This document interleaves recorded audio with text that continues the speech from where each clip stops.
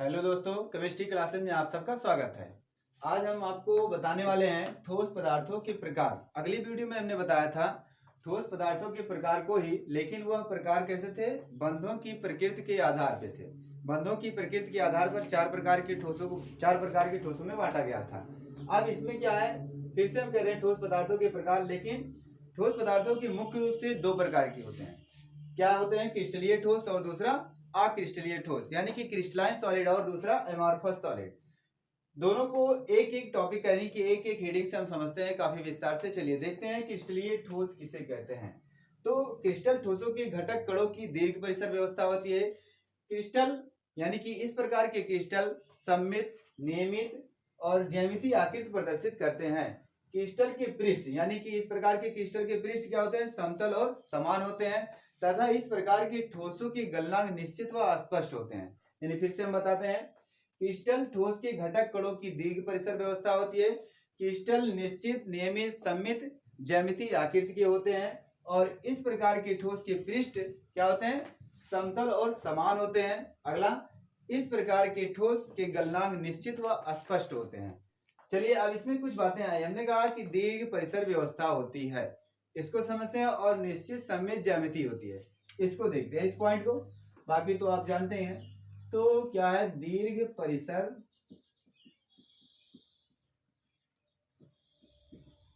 व्यवस्था। दूसरा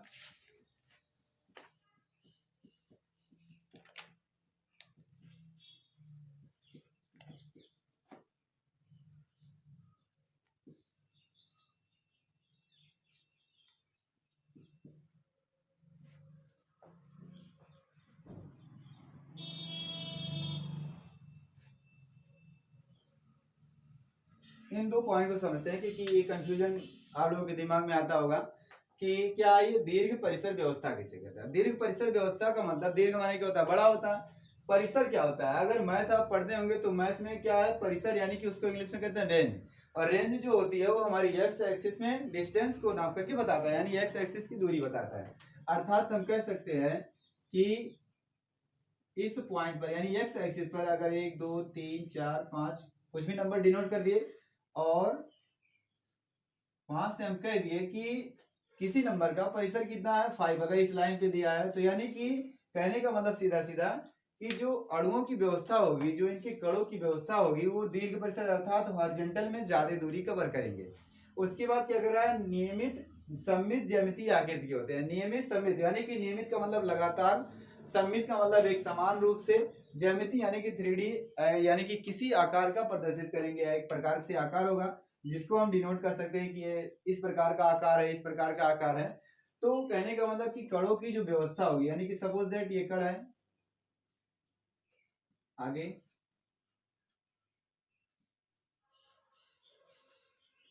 अब इसको अगर हम मिलाएं ऐसे, तो हम देख करके ये बता सकते हैं कि हमारे जो कण हैं वो कि नियमित रूप से यानी कि एकांतर क्रम से आगे हैं, और उसके बाद एक समान रूप से उतने ही आकार के, उतने ही साइज के हमारे पार्टिकल क्या है? एक दूसरे से जुड़े हुए हैं और एक डायरेक्शन में, अर्थात एक एक्स एक्सिस में मान लेते हैं, सॉरी वाई एक्सिस में, इस तरह से देखें तो एक्स एक्सिस में, यानी कि एक निश्चित दिशा में और समान दूरी से और समान आकार के कण हैं क्या है? जुड़े हुए हैं। तो इस प्रकार के ठोसों में क्या होता है? इस प्रकार से कणों की व्यवस्था होती है और उसी को हम कहेंगे नियमित, सममित, ज्यामितीय आकृति प्रदर्शित करते हैं। उसके बाद क्या गया है कि इन ठोसों की पृष्ठ जो होते हैं समतल और समान होते हैं। समतल और समान का मतलब, जैसे ये बोर्ड देख ही रहे हैं आप, तो क्या दिख रहा है? समतल दिख रहा है, समतल दिख रहा है और एक दूसरे से क्या? प्लेन में।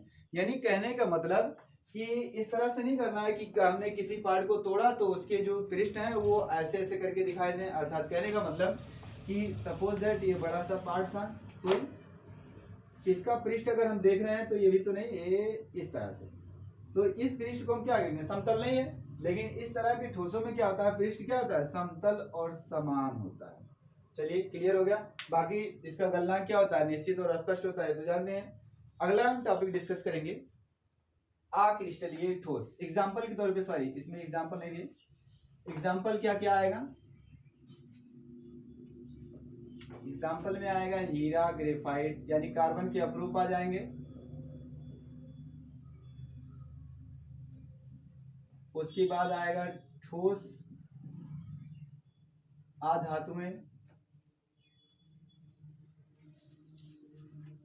उसके बाद आएगा ठोस धातुएं, कॉपर आ गया, सिल्वर आ गया, और क्या आएगा, बर्फ आ जाएगा। यानी कि ये एग्जांपल इसके आएंगे, ये सब एग्जांपल किसमें आएंगे, क्रिस्टलीय ठोस में। क्रिस्टलीय ठोस के एग्जांपल क्या है, हीरा है, ग्रेफाइट है, ठोस अन्य धातुएं हैं, और क्या ठोस धातुएं हैं, कॉपर है, सिल्वर है, और क्या बर्फ आएगा। इन सबको अगर इसकी थ्योरी पर डिसाइड किया जाए तो वो एकदम आएंगे, यानी कि इनकी जो कणों की व्यवस्था होती है वो भी क्या होता है, निश्चित नियमित सममित होती है, और इनकी जो कणों की व्यवस्था अर्थात दीर्घ परिसर में होता है, यानी कि रेंज उसका क्या होता है, काफी ज्यादा में होता है, इस तरह से। तो चलिए अगला टॉपिक क्या है, अक्रिस्टलीय ठोस, यानी दूसरा हेडिंग इसका आया अक्रिस्टलीय ठोस।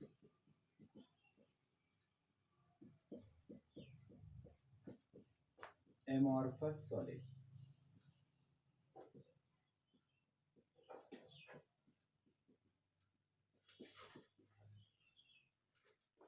इसमें देखते हैं इसकी थ्योरी क्या है।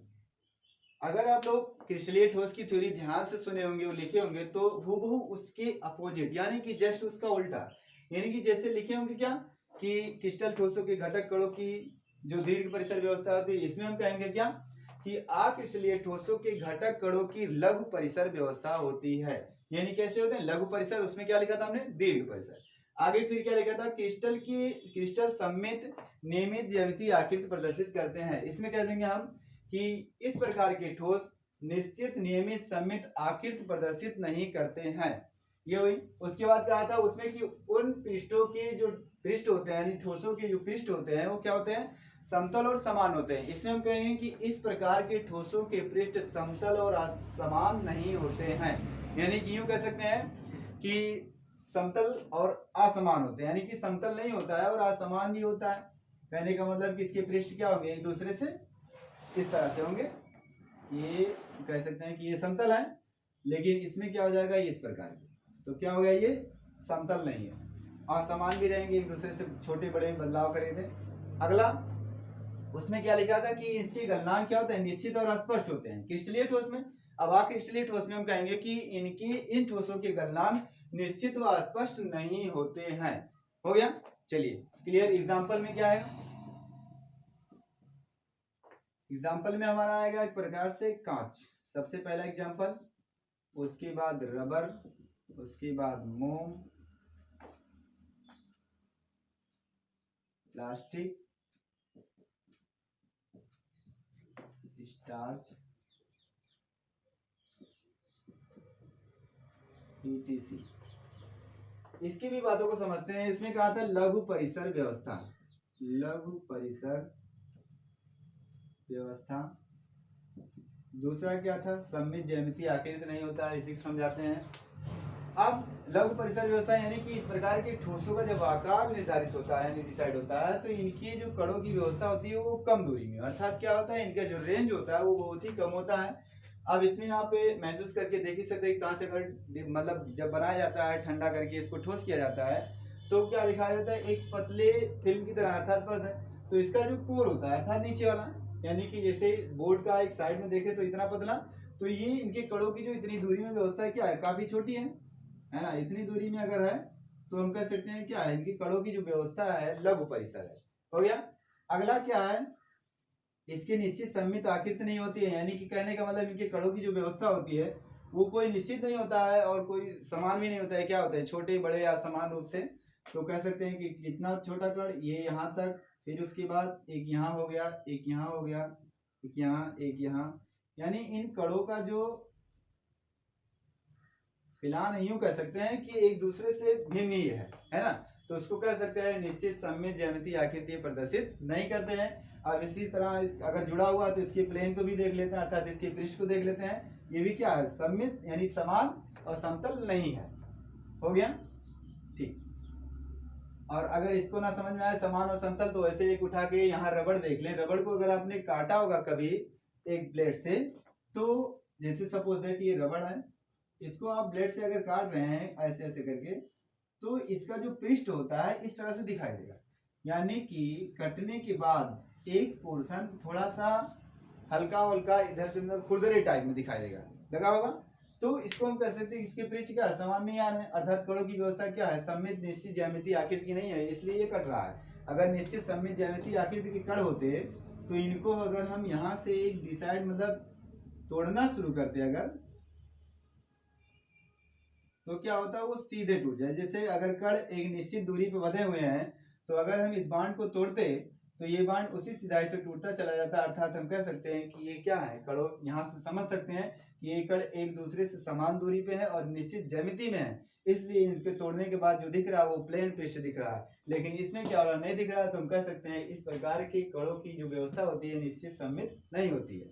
खत्म। एक बात और है इसमें, अक्रिस्टलीय ठोस वास्तव में क्या होता है, अतिशीतित द्रव होता है। अतिशीतित द्रव का मतलब ये तो होता है द्रव यानी कि लिक्विड रूप में, लेकिन इसको जब ठंडा किया जाता है और ठंडा करके इसको ठोस का आकार दिया जाता है तो इसको हम कह सकते हैं उस प्रकार के ठोस को अक्रिस्टलीय ठोस।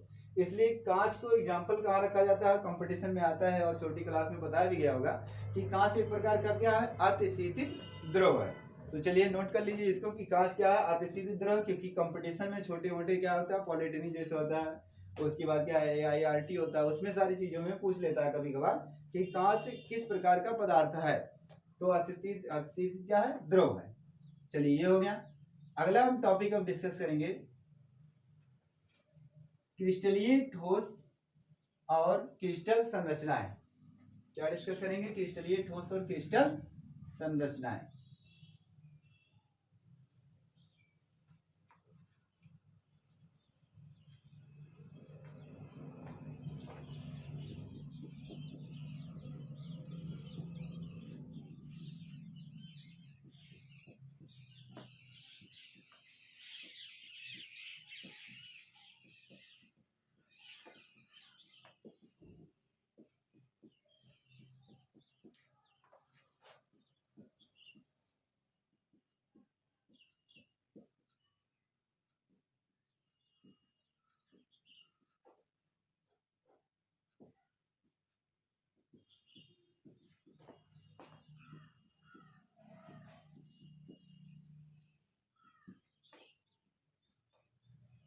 क्रिस्टलीय ठोस और क्रिस्टल संरचनाएं। क्रिस्टलीय ठोस और क्रिस्टल संरचनाएं के मतलब कि इनकी क्रिस्टल की किस प्रकार की संरचना होती है और इनका स्ट्रक्चर कैसा होता है, मतलब वही। तो इसको एक एक टॉपिक करके देखते हैं। पहला हेडिंग इसमें आता है क्रिस्टल जालक। क्या आता है, क्रिस्टल जालक।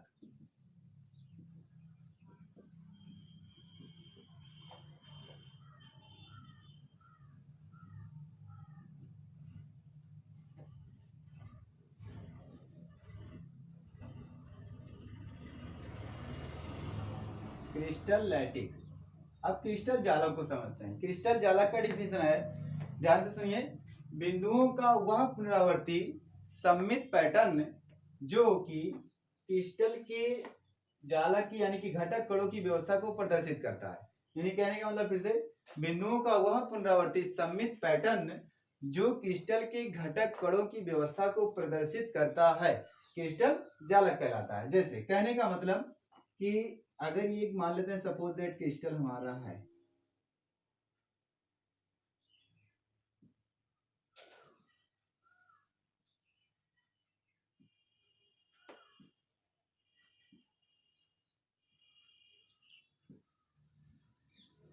इसमें हमने ब्लैक वाला पॉइंट क्या दिखा दिया कि एक मान लेते हैं कोई छोटे छोटे बिंदु है ना, बिंदु। अब इसमें कहा गया है कि बिंदुओं का वह पुनरावर्ती सममित पैटर्न, पुनरावर्ती मतलब बार बार रिपीट होता हो, सममित मतलब समान आकार का समान दूरी से क्या हो, एक पैटर्न निर्धारित किया गया है और वह पैटर्न हमारा क्या करता है, क्रिस्टल के घटक कणों की व्यवस्था को प्रदर्शित करता है। यानी कि जो घटक है उसके जो कण है ना, चाहे परमाणु हो या अणु हो या आयन हो, जो भी हो, उसकी कणों की व्यवस्था को प्रदर्शित करता है, अर्थात बताता है कि यह कण यहाँ है, यह कण यहाँ है। तो उस पूरे सिस्टम को अर्थात उस पूरे इकाई को क्या कहेंगे हम, जो जाल तैयार हुआ है उस जाल को हम कहेंगे क्रिस्टल जालक यानी कि क्रिस्टल लैटिक। और उन्हीं बिंदुओं को हम कह सकते हैं क्रिस्टल यानी जालक बिंदु। क्या कहेंगे, जालक बिंदु। हो गया।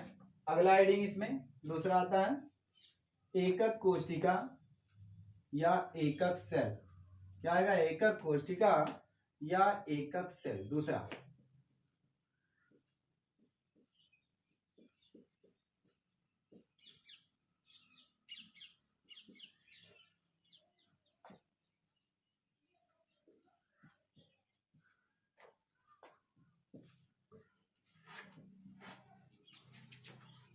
Unit cell.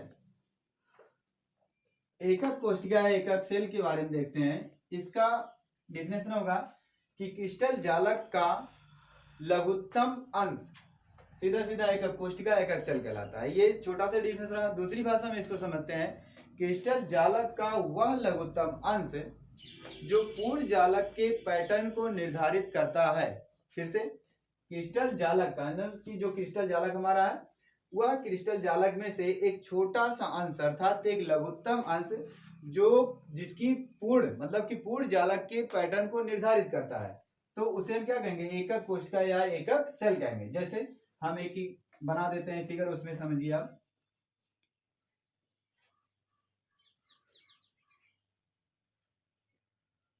छोटा सा एक चित्र बनाते हैं, देखिए।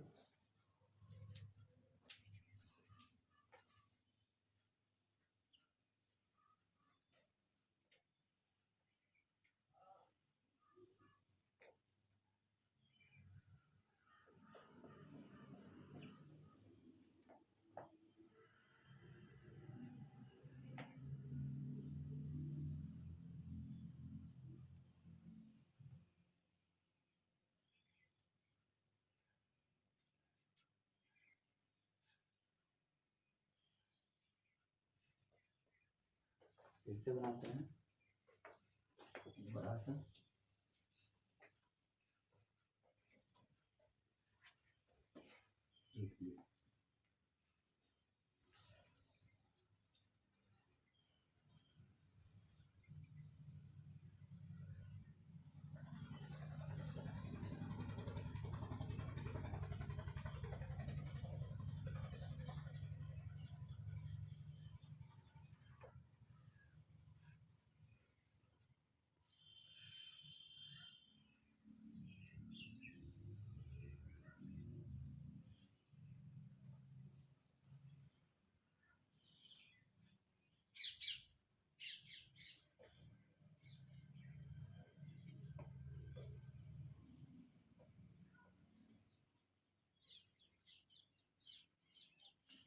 चलिए इसमें छोटा सा पार्ट देखते हैं।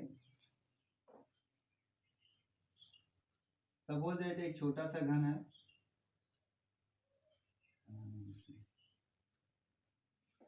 इसी को देख लेते हैं।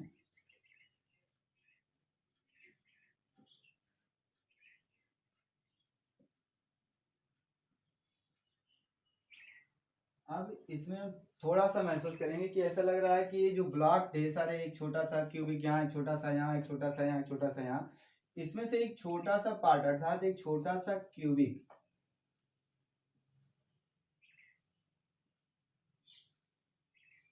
जो पूर्ण जालक के पैटर्न को निर्धारित करता है। मतलब कि हम कह सकते हैं ये छोटा सा पार्ट जो हमारा है एक लघुत्तम अंश है, लघुत्तम यूनिट है जो पूर्ण जालक के पैटर्न को निर्धारित कर रहा है। अर्थात यह क्या है? एकक सेल या एकक कोशिका है। यानी कि इसे कह सकते हैं एकक सेल एवं या एकक कोशिका। हो गया? समझ में आ गया? फिर अगला टॉपिक है, इसमें ज्यादा नहीं। अब हम पढ़ेंगे कोशिका के यानी कि क्रिस्टल सिस्टम अर्थात क्रिस्टल निकाय। चलिए क्रिस्टल निकाय को अगले वीडियो में डिस्कस करेंगे।